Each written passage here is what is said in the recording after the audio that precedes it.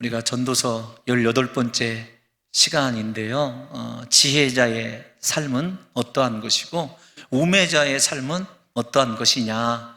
선택에 따라서 인생이 달라진다. 하나님의 시각으로 볼 때 지혜자인지 우매자인지가 내가 지금 어떤 선택을 하고 있느냐를 보면 알 수 있다는 것입니다. 우리가 읽은 7절까지 이 말씀들을 7장 1절에서 7절을 살펴보게 되면 두 개의 어떤 선택의 여지가 주어져요. 그런데 이 선택의 여지 가운데서 사실은 1절과 7절을 보게 되면 둘 다 1절은 좋은 거예요. 재물이 나쁘다고는 완전히 나쁜 것이다라고는 이야기할 수 없죠. 지금까지 배운 대로 돈이 있어야 산다. 전도서 기자도 그렇게 얘기하고 있으니까요. 그 다음에 그 재물도 좋은 것이고 두 번째 명성도 좋은 거예요. 명예, 이름도 좋은 거죠.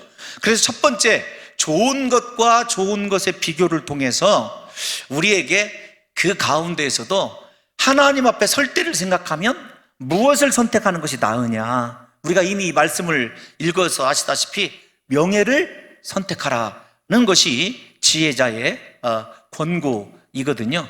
마지막 7절은 우리가 읽으셔서 정확하게 이해하시겠지만 탐욕과 뇌물이라고 하는 전도서 기자가 아주 악하게 생각하는 하나님께 받은 은사와 하나님께 받은 분별의 영을 흐리게 할 뿐만 아니라 인생의 부정으로 파멸로 몰아가는 두 가지 나쁜 것을 비교함으로 말미암아 너 인생 비참해지지 않도록 주의하라, 이렇게 이야기를 해요. 그래서 1절에서는 좋은 것, 7절에서는 나쁜 것 두 가지를 비유하고 그 다음에 우리가 중간에 잘 아시는 대로 출생할 때가 나을까요? 죽을 때가 나을까요? 그 다음에 초상집에 가는 것이 나을까요? 잔치집에 가는 것이 나을까요? 금방 활활 타다가 없어지는 가시나무 불꽃이 좋을까요?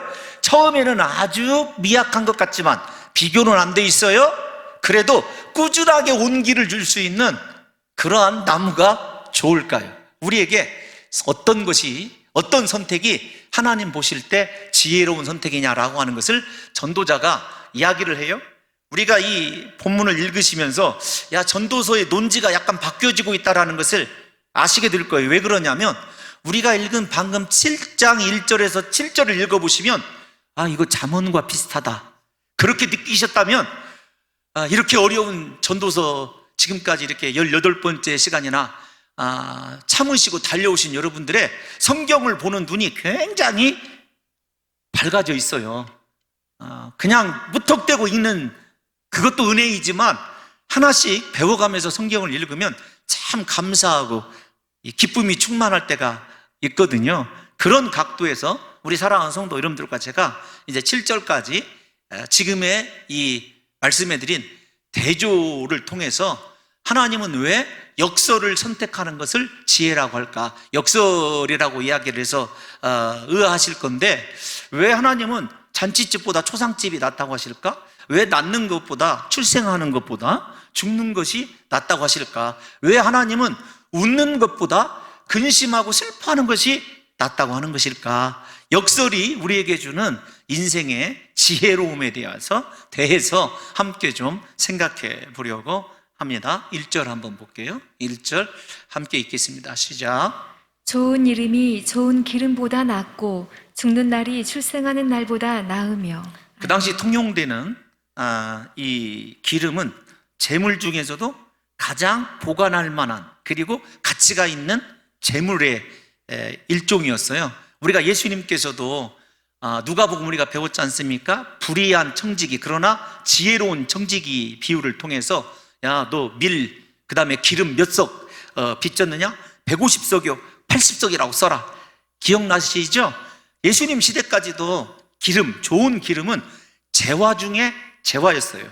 특별히 이 고대 근동 팔레스타인을 통해서 중동 지방에서 기름은 오늘날까지도 아주 좋은 재화, 재물의 역할을 합니다. 이스라엘 백성들에게는 성전에서 하나님께 태워드리는 기름의 역할을 하고 그 다음에 상처 입은 데 화상, 그리고 피부병에도 이 기름이 쓰여져 있어요. 대부분 기름 하면 올리브 기름을 이야기하는 거예요. 감람나무유를. 그 다음에 여성의 화장품으로도 쓰여져 있습니다. 그 다음에 잔치집에 귀한 손님이 오면 향유를 부어줄 때도 쓰였어요. 그 다음에 마지막에 사람이 죽으면 장례식 치룰 때 육체의 마지막으로 발라주는 것이 이 기름이었어요. 그러니까 기름이 의약품으로부터 시작해서 성전에서 종교, 제사, 그 다음에 일상생활에까지 안 쓰이는 곳이 없었거든요. 그래서 이 기름이 그 당시에 가장 보편적으로 인정받는 재물 중에 재물이었습니다. 근데 오늘 이 전도서 기자 코엘렛 솔로몬은 아니다, 내가 재산을 가지고 있어 봤는데, 이렇게 제가 각색을 할게요. 명성이 났더라. 왜 그런가? 솔로몬의 탄식을 보면 솔로몬이 하나님 앞에 예배에 성공하고 지혜를 가졌을 때 그의 명성이 온 땅끝까지 그렇게 충만했었거든요. 그래서 우리가 잘 아시는 대로 시바의 여왕이 솔로몬에게 지혜를 배우러 왔었어요. 이게 첫 번째 모습이에요. 잘 생각하셔야 됩니다. 첫 번째 모습이 아니라 솔로몬의 초기의 모습, 하나님 중심으로 살아갔을 때 그의 명성이, 그의 명예가, 이름이 얼마나 지존했었는지 몰라요. 그런데 그가 훗날에 그 지혜로움으로 돈을 가지고 살아가기 시작할 때 아이러니하게 그의 이름이 퇴색하기 시작해요. 성경적으로 봅시다. 솔로몬이 잠언을 썼어요. 시편도 썼어요. 백화사전도 썼습니다. 오늘날로 얘기하면은 바다에 사는 생물의 도감도 썼어요. 모르는 것이 없었어요. 그런데 여러분들과 제가 생각할 때 이렇게 한번 비교를 단적으로 해볼게요. 다윗이 훨씬 닮고 싶은 이름이고 사람들이 존경하는 인물입니까? 솔로몬이 훨씬 더 닮고 싶은 이름이고, 성경에서도 성경의 인물들이 성경의 인물을 회자할 때 솔로몬이 몇 번이나 나오는 것 같아요. 예를 들면 히브리서 11장 믿음의 명예의 전당이 있습니다. 거기에는 아브라함도 나오고 모세도 나옵니다. 우리가 잘 아는 대로 심지어는 삼손까지 나와요. 솔로몬의 이름이 나오던가요? 안 나오거든요. 이 말씀을 여기만 딱 들어도 하나님 앞에서 솔로몬이 이름이 왜 더럽혀지게 됐는가, 아이러니하지만 이 돈을 추구하다가, 그러니까 우리에게 돈과 명예는 한꺼번에 주어지는 것이 아닌가 봐요. 제가 가끔 그렇게 생각을 해요. 이 말씀에 가장 큰 의문이 이거이거든요. 부자이면서 존귀한 명성을 끝까지 유지한 사람이 누가 있을까? 거의 인생 끝까지 그렇게 간 사람이 드물다라는 생각이 들어요. 그래서 우리가 이 본문을 딱 읽어보면 어렵게 생각할 필요가 없어요. 탐욕과 그 탐욕을 만족시키기 위해서 물질 위주로 살아가는 사람들의 말로가 이렇게 좋지 않다? 그 다음에 그 인생의 판단에서 말로가 좋지 않다라고 하는 것으로 그치는 것이 아니라 하나님 보시기에도 그것이 물질을, 탐욕을 부리고 그 물질을 쫓아가고 물질을 누렸던 인생이 칭찬받기가 어렵구나라고 하는 것을 금방 알아차리면 오늘 설교는 끝나는 거예요. 다시 한번 생각을 해보세요. 사랑하는 성도 여러분들이요, 솔로몬만 딱 놓고 생각을 해보세요. 반대로 지난 시간에도 예를 제가 들어드렸거든요. 아간을, 그 다음에 게하시를, 아나니아와 삽비라, 그 외에도 여러 성경에 부자로 이름 날린 사람들이 있었어요. 근데 그 물질에 대해서 하나님께서 인정하시고 정말로 하나님이 기쁘시게 쓰신 사람들의 이야기는 별로 나오지 않아요. 그랬을 때 우리에게 이 두 가지 문제는 어느 것이 낫다라고 하는 분명한 태도를 취해야 돼요. 하나님이 존귀히 여기셔서 후진들에게, 후손들에게 존귀한 자로 기억되는 명예를 선택해야 되지, 물질을 선택을 하게 되면 명예에 먹칠을 할 뿐만 아니라 결국 물질을 쫓아가는 그 탐욕 때문에 하나님 앞에서의 온전한 삶이 무너지게 되는구나 라고 하는 것을 아셔야 돼요. 그래서 물질을 구하기보다는 하나님 앞에 존귀하게 도와주세요. 내가 내 이름이 세상 사람들에게 선한 영향력을 끼치게 도와주세요. 이렇게 기도하는 것이 현명하고 지혜로운 사람이라는 것입니다. 그래서 잠언 22장 1절 한번 읽어볼까요? 시작. 많은 재물보다 명예를 택할 것이요 은이나 금보다 은총을 더욱 택할 것이니라. 아멘. 제가 이렇게 비교를 해볼게요. 은과 금이 있어요. 은과 금. 은과 금이 있어요? 아니, 좀 그냥 있다고 좀 생각을 해주세요. 그렇게 레이저를 쏘지 마시고. 은과 금이 없네. 아이씨. 다시요. 은과 금이 오른쪽에 있어요. 여러분 눈앞에 있어요. 환장하겠네. 자, 오른쪽에 그 은과 금이 있고 하나님이 얘야, 나는 너를 사랑한다. 내가 너에게 은혜를 주마. 근데 그 은혜가 어떤 것인지를 몰라요? 은총이 저 말씀을 좀 해석해야 돼요. 예를 들면 누가복음 우리 배웠으니까 마리아에게 하나님께서 은혜를 입은 자여 평안할지어다. 마리아가 은혜를 받았어요. 은혜를 입었는데 평생에 남편 일찍 죽고 아들들은 전부 다 하나는 십자가에 둘은 칼에 죽었어요. 그럼 하나님께서 마리아에게 사기를 친 걸까요? 그 은혜가 무엇인지 몰라요. 그런데 솔로몬도 뭐라고 얘기했냐면 너 은과 금과 하나님의 은총을, 하나님의 은혜를 선택할 기회가 있으면 무엇을 선택을 하고요? 눈앞에 있는 황금과 은을 선택하지 말라는 거예요. 또 하나, 앞에는 뭐 금방 지금 했으니까요. 재물보다 무엇을 선택하라는 거예요? 그러니까 여러분 생각해 보세요. 은과 금과 재물이 하나님 앞에서의 온전한 삶을 살아가는데 최대한 그 자유롭지 못하면, 그 물질에 대한 탐욕으로부터 자유롭지 못하면 하나님 앞에서 존귀도 잃어버리고 은총도 잃어버리고 우리가 마지막 모습이 비참해질 것이라고 하는 것을 경고하고 있어요. 앞에서 제가 솔로몬의 일생을 통해서 충분히 제 딴에는 설명해 드렸다고 생각이 되어집니다. 그래서 사랑하는 성도 여러분들이요, 우리가 물질이 없으면 불편하죠. 그럼에도 불구하고 하나님, 저는 은과 금을 구할 것이 아니라 나사렛 예수 이름을 구합니다. 하나님, 내게는 은과 금이 없지만 나사렛 예수 이름이 있습니다. 나사렛 예수 이름으로 명하노니 일어나 걸으라.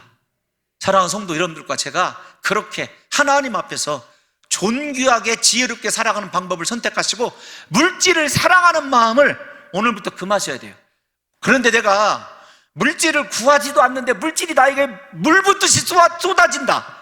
이때 아멘 하세요. 그냥 하나님이 쏟아부으실 줄로 믿습니다. 그때는 어떻게 해야 되냐면 물질을 계속해서 내보내야 돼요. 그것에 연연하지 않도록. 봐봐요, 아멘 않잖아요. 이게 위기 중에 위기라니까요. 물질이 내 안에 머무르고 있잖아요. 그거 쌓아놓고 살아가면 그것 때문에 걱정합니다. 얼만큼 더 불릴까? 얼만큼 이것을 유지하여 더 잃어버리지 않을까? 그러면서 은근히 나의 모든 사고와 내가 추구하는 것이 그곳에 온통 집중되어 있어요. 그래서 지난 2주 전에도 말씀드렸지 않습니까? 네 마음이 있는 곳에 무엇이 있다고요? 보물이 있어요. 돈이 있어요.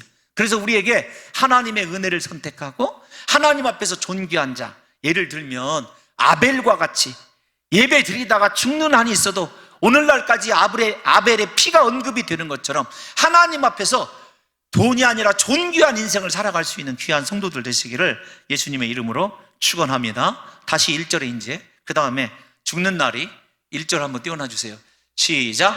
죽는 날이 출생하는 날보다 나으며. 아멘. 왜 죽는 날이 출생하는 날보다 나을까요? 사랑하는 성도 여러분들이요, 출생을 비하하는 것이 아닙니다.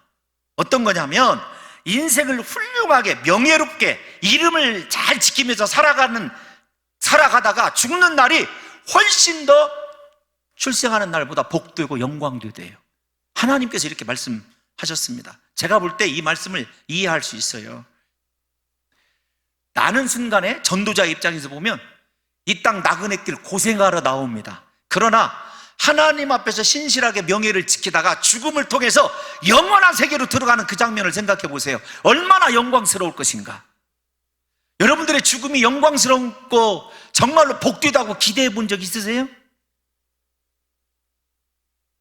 아니, 다른 것 때문에 실망하고 그래서 그냥 이런 마음이 아니라 죽음을 사모하고 주님 만날 날을 고대하면서 내가 이때까지 그리스도의 신부로 그분 만나기 위하여 온갖 시련과 유혹 속에서도 거룩을 지키고 성결하게 살아서 내 신랑 되신 예수님 만날 날, 그래서 우리 그 주님 고대가 옛날 어르신들이 불렀던 고대가 있잖아요. 낮이나 밤이나 눈물 머금고 내 주님 오시기만 고대합니다. 사랑하는 성도 여러분, 그렇게 주님을 고대하며 살아가느냐고요. 그래서 출생하러 나오는 것은 고통이지만 주님과 동행하며 주 안에서 살아가다가 영광스러운 영생으로 들어가는 것이 훨씬 더 복이 있다, 이렇게 이야기를 하는 거죠. 그래서 그 중간에 이런 의미가 있어요. 잘 죽기 위해서 우리는 하나님 앞에 존귀한 자로 우리 스스로의 삶을 지켜낼 수 있는 힘이 있어야 됩니다. 재물을 사랑하면 그 존귀함이 어떻게 된다고요?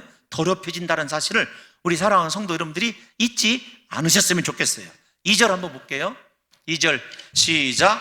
초상집에 가는 것이 잔치집에 가는 것보다 나으니 모든 사람의 끝이 이와 같이 됨이라. 산자는 이것을 그의 마음에 둘지어다. 아멘. 네가 살아있느냐? 너 죽을 거야. 모든 사람의 끝이 이거야. 그러니까 초상집에 가래요. 선택할 수 있으면. 왜 그럴까요? 잔치집에 가면 똑같은 육정에 휩쓸리게 되고 먹고 마시는 것 때문에 내 마음 안에 있는 거룩함과 내 마음속에 하나님을 사모했던 그 진리의 말씀이 흐트러진다는 거예요. 오염된다는 것입니다. 정확히는 잔치집에서 분위기에 휩쓸리다 보면 육적인 쾌락을 추구하게 되어 있다는 거예요. 자기도 모르게. 그래서 잔치집에 가는 것 좋아하지 말아라. 그러나 반대로 사랑하는 성도 여러분, 이렇게 한번 생각을 해보십시다. 잔치가 얼마나, 반대를 이야기하기 전에 위험한 것이었으면 우리가 욥기 새벽에 얼마 전에 배웠지 않습니까? 욥기를 보게 되면 욥이 생일 잔치를 자식들이 다 버리고 행여라도 그들이 마음으로 범죄했을까 봐, 그것이 무엇이냐면 육적인 쾌락이 전부인 줄 알고 하나님 앞에 받은 사명과 거룩한 삶의 모습이 흐트러졌을까 봐 하나님 앞에 번제를 드렸어요. 속죄제를 드렸습니다. 그러면 우리가 어느 집에 가야 된다고요? 초상집에 가야 된다는 거예요. 잔치집에서는 먹고 마시고 노래 부르며 즐기는데 열중함으로 말미암아 인생에 대한 의미를 생각하거나 삶의 본질을 묵상하기 어렵죠. 그러나 잔치보다 초상집에 가게 되면은요, 무슨 일이 일어나냐면, 나에게도 저 종말이 올 텐데, 죽은 사람과 자기를 동화시키는, 동질화시키는 현상이 일어나게 될 때가 많이 있다는 것입니다. 그래서 전도자가 얘기하는 것은 이것이에요. 쾌락에 대한 가장 큰 잔치집의 부작용은 무엇이냐면 불감증이에요. 영적인 불감증. 잔치집에 계속 다니다 보면 내 마음이 정말 심판대에 대한 불감증이 생긴다니까요. 죄에 대한 불감증이 생겨요. 그래서 하나님의 심판대를 잃어버리게 된다는 것입니다. 초상집에 가면 반복되지만 내 마음 깊은 곳을 들여다봐요. 내 인생의 끝이 이렇게 있을 터인데. 그리고 그 끝을 대비하게 되어 있거든요. 산자들에게 아주 경고합니다. 이 말은 어떤 거죠? 잔치집에 가면 네가 죽는다는 걸 잃어버린다. 항상 쾌락만 있는 까지 그 시간이 즐거우니까. 그런데 초상집에 가면 종말을 묵상하면서 내 자신의 인생을 돌아보거든요. 잔치집에 가면 절대로 인생을 돌아보지 못합니다. 욕심만 더 생겨나요? 초상집에 가면 내 인생을 돌아볼 수 있는 시간이 있어요. 그래서 초상집에 가는 사람이 훨씬 지혜로운 사람이라고 그렇게 이야기하고 있어요. 그래서 전도자가 한 번 더 이야기합니다. 2절에서만 이야기하는 것이 아니라 4절 말씀도 함께 다시 읽어보겠습니다. 4절 시작. 지혜자의 마음은 초상집에 있으되 우매한 자의 마음은 혼인집에 있느니라. 아멘. 동일한 말씀입니다. 지혜자는 살아있을 때 죽음의 날을 예비합니다. 제가 장례식 때 꼭 이런 예를 가끔 써요. 예수를 믿지 않는 가정이 있을 때 특히 이런 비유를 들거든요. 옛날에 우리나라는 여러 가지 힘든 시기를 지나면서 밥 먹는 것이 가장 큰 문제였어요. 그래서 우리의 인사는 어떤 것이냐면 식사하셨습니까? 이거든요. 저도 이렇게 목회를 하면서 성도들이 정말로 밥이나 먹고 다니나 궁금하니까 식사하고 오셨냐고 이렇게 물어볼 때가 많이 있어요. 그런데 헬라 철학이나 동서 고금을 막론하고 옛날에 지혜로운 사람들은 죽음을 준비하셨습니까? 이렇게 물어봤어요. 왜냐하면 죽음이 예기치 않게 찾아오는 거기 때문에 언제나 죽음 준비를 하고 있어야 되거든요. 다시 이 본문을 빗대어서 여러분들에게 묻고 싶습니다. 죽음 준비하고 계세요? 주님 만날 날 준비하고 계시느냐고요. 부디 우리 사랑하는 성도 여러분들이 내가 잔치집에 있든지 초상집에 있든지 내 인생의 마지막 날 죽음의 때가 있다는 것을 생각하셔서 오늘부터 죽음 준비를 잘하는 사람이 날마다 잔치를 벌이고 흥청망청 살아가는 사람보다 훨씬 지혜로운 사람이에요. 왜냐하면 그 잔치가 끝날 날이 반드시 오기 때문에. 부디 우리 사랑하는 성도 여러분들이요, 우리 주님 만날 준비 항상 깨어서 할 수 있는 지혜로운 성도들이 되시기를 예수님의 이름으로 축원합니다. 여러분 3절 말씀 한 번 더 읽어볼게요. 3절 시작. 슬픔이 웃음보다 나음은 얼굴에 근심하는 것이 마음에 유익하기 때문이니라. 여기 슬픈 일, 도대체 주님은 슬퍼하는, 저는 웃는 얼굴이 좋아요. 우리 성도님들도 이렇게 인상이란 말이 신학적이고 신앙적이진 않지만 웃는 얼굴이 좋죠. 그래요, 찡그리세요.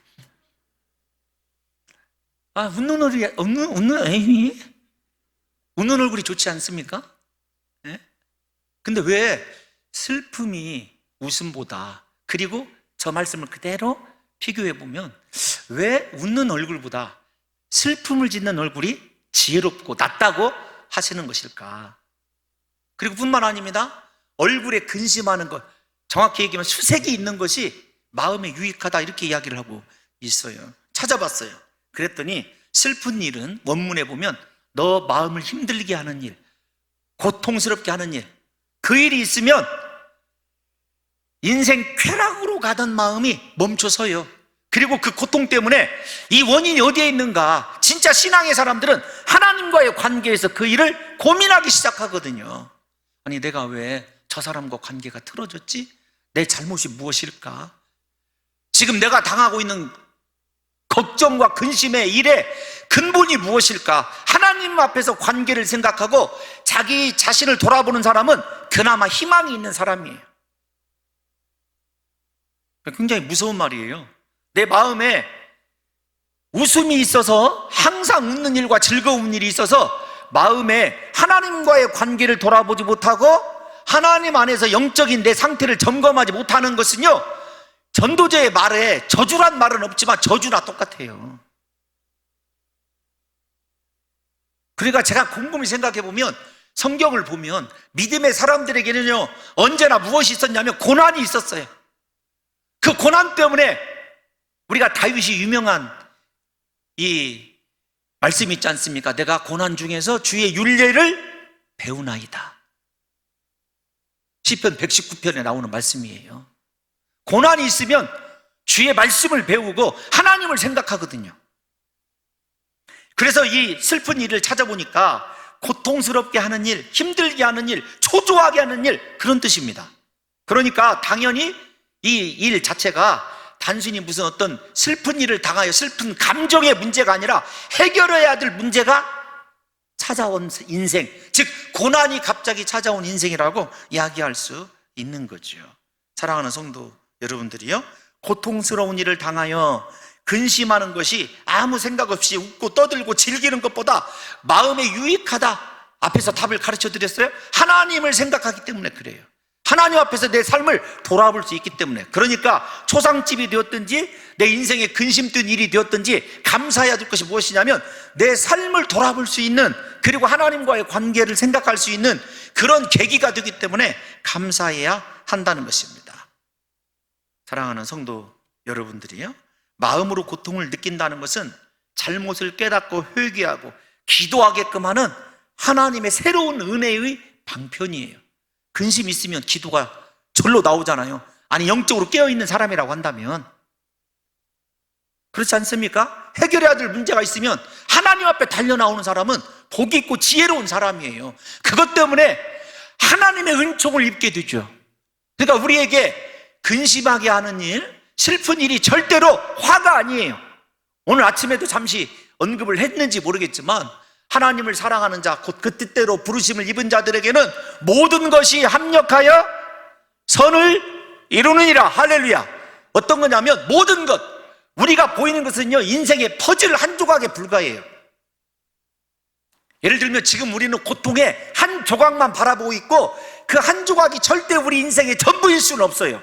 그런데 하나님은 그를 사랑하는 자, 그 뜻대로 부르심을 입은 자들에게 지금 내가 전부라고 생각하는 고통의 파편도 하나님께서 결국 가장 아름다운 선으로, 나중에 그 조각들이 다 뭐 행복한 조각이 되었든지 인생의 불행한 조각이 되었든지 그 조각들이 맞춰주면은요, 하나님의 유수한 창조품으로 나오는 거예요. 이게 우리가 하나님을 향한 갖고 있는 믿음 아니겠습니까? 그러므로 사랑하는 성도 여러분들이요, 내 인생에 왜 이렇게 힘이 들까? 나는 웃을 일이 거의 없어.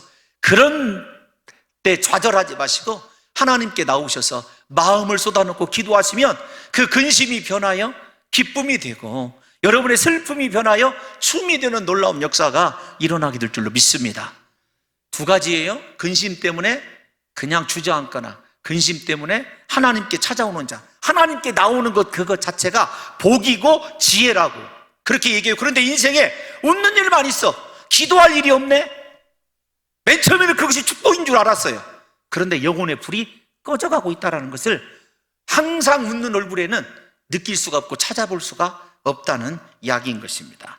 이제 6절 한번 읽어볼까요? 그 웃음소리에 대해서 한 번 더 비교를 해볼게요. 시작. 우매한 자들의 웃음소리는 솥 밑에서 가시나무가 타는 소리 같으니 이것도 헛되니라. 아멘. 우리 그 연세 드신 집사님들 옛날에 아카시아 나무 이렇게 요즘에 산에 이렇게 올라가다 보면은요, 솔가루 떨어져 있는 것만 봐도 참 이거 옛날에 갈퀴 가지고 긁어 가지고 소나무 가지 이렇게 펼쳐놓고 칡농쿨 끊어가지고 여러분 그거 묶어가지고 산에서 내려와야 땔감하고 살았던 시절이 있었어요. 도대체 뭘 해도 공감대가 형성이 안 돼. 이런 이야기는 우리 이영식 장로님에게 들으셔야 참 재밌어요. 지게다리 두드려 가면서 거기에 박자와 또 아름다운 트로트까지 있어요. 어쨌든 저 어렸을 때 그 나무가 없으니까 아카시아 나무 그 산림 녹화 때문에 막 그 심으라고 해가지고 아카시아 나무가 얼마나 많이 잘 번성합니까? 그거 이렇게 잘라서 말려서 떼는 친구 집이 있었어요. 그거 뗄 때요, 장갑 그 군에서 나온 거 그 친구 아버지가 끼고 그거 떼는데 금방 불을 확 붙는데 화력이 좋을까요? 좋지 않을까요? 저는 그래서 이 말씀을 정확하게 이해해요. 어떤 거냐면 우리가 생각할 때 이 큰 장작 생각해 보십시다. 맨 처음에 불 붙일 때 얼마나 힘들어요. 밑불이 있어야 되죠. 아니, 밑불이 있어야 된다니까요. 그런데 가시나무는 밑불 없어도 금방 확 타고 금방 꺼져요. 그냥 어떤 것이 좋은 인생이냐, 이런 거죠. 제가 지금 근심하고 있어요. 사랑하는 성도 여러분들이요, 요란한 소리를 내면서 불꽃을 피지만 금방 그 불꽃은 사그라들고 정작 필요한 열기는 얻을 수 없는 가시나무 같은 인생이 항상 웃음 속에서 살아가는 인생이라는 거예요. 이게 무서운 비유예요. 그런데도 우리는 고난 없는 인생을 원하잖아요. 아니던가요? 그러지 말라는 거예요. 아버지가 다 준비해놓고 아버지가 남겨놔서 고난이라고는 단 한 번도 몰랐던 인생이 있었어요. 누구냐면 솔로몬이었어요. 자기 아버지는 평생 왕으로 살아도 하나님 앞에 종이라고 여겼고요, 자기의 다스리는 보좌 뒤에다가 목동 때 입었던 그 목동의 옷을 걸어입고 처음 마음을 잊지 않기 위해서 하나님 앞에 눈물로 날마다 침상을 적셨던 인물이 다윗입니다. 지혜로워서 맨 처음에, 그 다음에 모든 것을 물려받아서 항상 웃음과 잔치와 술로 인생을 보냈던 솔로몬과 다윗을 비교해보면 솔로몬 자신의 인생이 가시나무 인생 같다. 항상 잔치가 있었습니다. 웃음이 있었습니다. 여러분 생각해보세요. 술과 여자가 1000명씩 있었으니 얼마나 즐거웠겠느냐고요. 그런데 마지막에 하나님이 얻으시고자 하는 인생의 열기를 한 번도 내보지 못했다는 사실을 전도서를 기록할 때서야 깨달은 거죠. 여러분들에게 묻습니다. 여러분, 우리가 항상 웃음이 없어도 괜찮아요. 그렇다고 근심만 항상 있어야 된다 이런 뜻은 아니지만, 중요한 건 웃느냐, 근심 중에 있느냐, 슬픔 중에 있느냐, 잔치집에 있느냐, 이게 중요한 게 아니라 내 인생을 통해서 하나님이 얻고자 하시는 인생 열기를 하나님께 드리고 있느냐가 중요한 거예요. 그 사람이 지혜로운 사람이에요.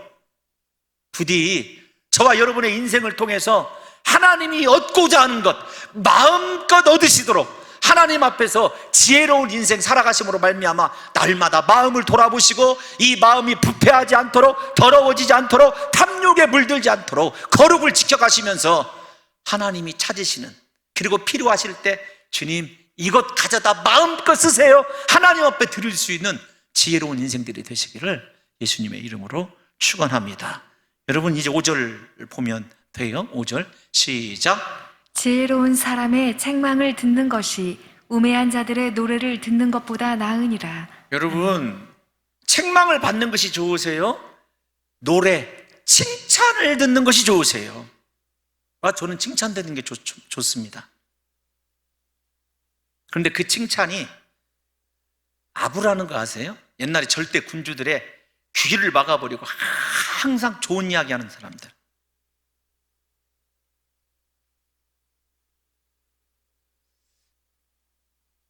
설교를 준비하면서 읽어보니까 어떤 이야기가 깜짝 놀랄 만한 이야기가 왔어요. 어느 신학교에서 설교학을 가르치는 교수님이 요즘은 절대 너네들 설교할 때 죄를 지적하지 말아라. 죄 지적하면 사람들 다 떠나간다. 두 번째, 사람들은 칭찬을 좋아한다. 칭찬하는 설교만 해야 된다. 세 번째, 설교 시간에 위로를 많이 해줘라. 이것 때문에 논란이 일었던 적이 있어요. 과연 그것이 설교인가? 제가 우리 성도님들을 이렇게 생각해 봤습니다. 제가 항상 직설적이고 잘 아시지 않습니까? 저는 역설로 뒤집어 봤어요. 너는 성도들에게 위로를 잘하는 편이야? 못해요. 살갑지 못한 편입니다. 그 대신에 위로해주고 입술로 막 그럴 것 같으면 차라리 그 밤에 일어나서 기도하러 나오거든요. 저는 엊그제 밤에 가까운 시간이에요. 한 밤중에 오죽 다급했으면 전화를 했을까. 집사님이 자신의 사정, 지금의 사정을 이야기하면서 목사님 지금 기도가 필요해요. 여러분, 목회자가 잠 오겠습니까? 그 일이 어떤 일인지는 이야기할 수는 없지만 그런 면에서는 조금 나름대로 훈련이 되어져 있고 그거 잘 해결되어 갈까? 기도하고 근심하고 있죠. 그런데 제가 생각해 봤어요. 우리 장로님들에게도 따뜻하게 위로 한번 해본 적 있나? 칭찬 한번 해본 적 있나? 없었던 것 같아요. 제가 생각해 보니까. 그러니까 저는 모세잖아요. 모세. 여러분들이 잘 아시다시피 이름이 홍모세라고요. 코로나 전에 막 1층 카페에서 다 커피 마시고 다 그렇게 웅기중기 모였다가 제가 나타나면 갑자기 바빠져갖고 뒤로 돌아가가지고 막 자기 일 쫙 갈라져요. 그걸 보고 어느 청년이 우리 목사님 모세네, 목사님만 나타나면 저렇게 성도들이 다 갈라지네. 아니요. 예. 선택 한번 해봅시다. 아이폰 갤러리 여기는 안 나타나? 예, 저기 여러분 뒤로 한번 돌아보세요. 뒤 저기 제가 보는 화면 한번 김장로님 한번 돌아보셔야죠. 아니요. 우리는 컴퓨터도 저렇게 은혜스러워요. 곰곰이 생각을 해봤습니다. 진짜 위로가 필요한데 우리 성도들에게 동의합니다. 더 위로가 될 수 있는 목회자가 되려고 노력하겠지만 중요한 건 왜 솔로몬이 전도서 기자가 책망 듣는 것에 대해서 얘기했을까를 솔로몬의 시각으로 한번 생각해 봐야 돼요. 다윗은 책망할 수 있었던 선지자들이 많이 있었죠. 나단이 있었죠. 장로님 기억나시죠? 갓선지자가 있었죠. 또 누가 있었죠? 초기에 그의 인생을 잡아준 사무엘 선지자가 있었어요. 그래서 다윗이 실수하면 선지자들이 올라갑니다. 그리고 그 선지자의 말을 다윗은 듣고 옷을 찢고 회개할 수 있었어요. 솔로몬에게는 항상 노래 부르면서 좋은 이야기 칭찬, 당신의 명성이요 두로와 시돈까지 펴졌습니다. 이제 이디오피아까지 날아갔어요. 한 번도 그 사람의 잘못을 지적해 준 것이 없는 거예요. 우리가 이 말을 다른 말로 얘기하면 자녀 키울 때 야, 네가 최고야. 칭찬은 돌고래도 춤추게 한다. 네가 최고야. 자녀들에게 막 이랬어요 저랬어요 존댓말 써가면서 그렇게 자란 자녀들이 세상에 나가서 어떻게 살아가고 있는지 한번 생각해 보세요. 칭찬과 책망이 반드시 말씀에 근거하고 감정에 의해서가 아니라 이성에 의해서 진행된다는 걸 우리가 잘 알고 있잖아요. 사랑하는 성도 여러분들이야, 여러분들이 목회자인 저에게 듣기를 원하는 것이 칭찬이고 이 교수님 말대로 위로일 수 있어요. 그러나 잘못된 건 당신 지금 잘못됐어요. 당신 그 정도밖에 안 된다고 생각해야 돼요. 여러분 매번 설교 때마다 저 인간 나들으라고 하는 소리야. 예, 그럴 수 있어요. 그런데 그게 진짜 그 사람만 위해서 그런 걸까요? 아니, 제가 왜 일생을 강해 설교를 하고 가는데요. 문제는 책망을 들으면 옷을 찢고 마음을 찢는 성도가 없어졌다는 것이 문제예요. 앞에서 앉아있다가 책망 들으면 뒤로 갑니다. 그러다 이제 사총으로 가다가 이제 다른 교회로 가 앉아있어요. 그게 보편적인 흐름이에요. 아니라고 생각하지 마십시오.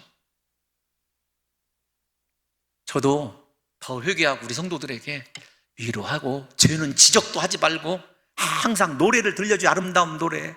아이고 오늘은 집사님 무슨 어떤 걸 원하십니까? 솔로몬과 다윗의 인생에 마지막에 회개하고 극적으로 하나님 앞에서 그래도 성군으로 남아서 있었던 다윗과 솔로몬의 인생 중에서 여러분 어떤 인생을 원하시냐고요? 부디 책망의 말씀은 책망의 말씀대로, 위로의 말씀은 위로의 말씀대로 잘 받아들이시되, 아, 모든 설교가 나들으라고 하는구나, 내가 고쳐야 되겠다, 하나님 앞에서 그 사람이 누구라고요? 지혜로운 자라고요.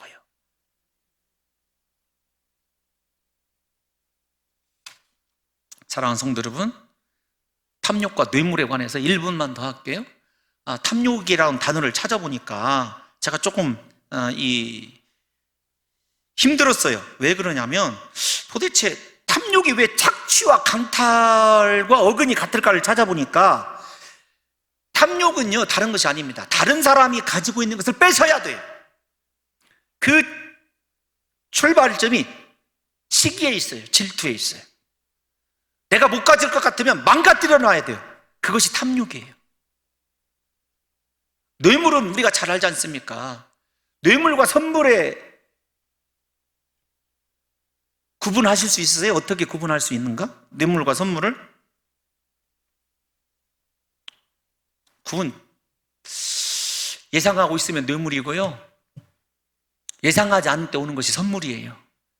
받았을 때 마음이 편하면 선물이고 부담스러우면 뇌물입니다. 중요한 건 뭔가를 받고 내가 어떤 일을 행해야 주는 대가가 있는 거라면 반드시 뇌물이죠. 그런데 성경은 우리에게 뇌물에 대해서 이렇게 이야기하고 있어요. 자, 정리를 할게요. 빠르게. 어떤 거냐면 다른 사람이 가지고 있는 것에 대해서, 아름다운 것에 대해서 여러분들이 더 축복해주고, 참 집사님 잘 됐어, 마음은 그러지 않을지라도 이 마음을 다스리는 것이 내 영혼을 비참하지 않게 하는 거예요. 그 마음이 발동을 해서 갈취하고 다른 사람을 착취하는 그것과 내가 가지고 있는 위력을 이용해서 다른 사람으로부터 내 탐욕을 채우려고 하는 탐욕과 뇌물이 같은 선상에 있는 거예요. 그래서 성경의 기자는 특별히 출애굽기 23장 8절 한번 읽어볼게요. 빠르게 진행하겠습니다. 23장 8절 시작. 너는 뇌물을 받지 말라. 뇌물은 밝은 자의 눈을 어둡게 하고 의로운 자의 말을 굽게 하느니라. 아멘. 절대로 뇌물을 받지 말라고 율법에 정해놨어요. 잠언 17장 23절 한번 읽어보겠습니다. 잠언 17장 23절 시작. 악인은 사람의 품에서 뇌물을 받고 재판을 굽게 하느니라. 왜 그런 줄 아시죠? 그래서 우리에게서 진짜 없어져야 될 것이 탐욕과 뇌물이라는 것을 잊지 마시고 부디 우리의 삶이 하나님 앞에서 가장 거룩하고 아름다운 존재로 쓰임 받을 수 있도록 부디 주님 나라 이룰 때까지 우리 사랑하는 성도 여러분들과 제가 하나님만 사랑하고 주여 나에게 이 땅 가운데서 하나님이 찾으시는 모든 열기를 드릴 수 있는 거룩한 자 되게 해달라고 기도하시기를 예수님의 이름으로 축원합니다.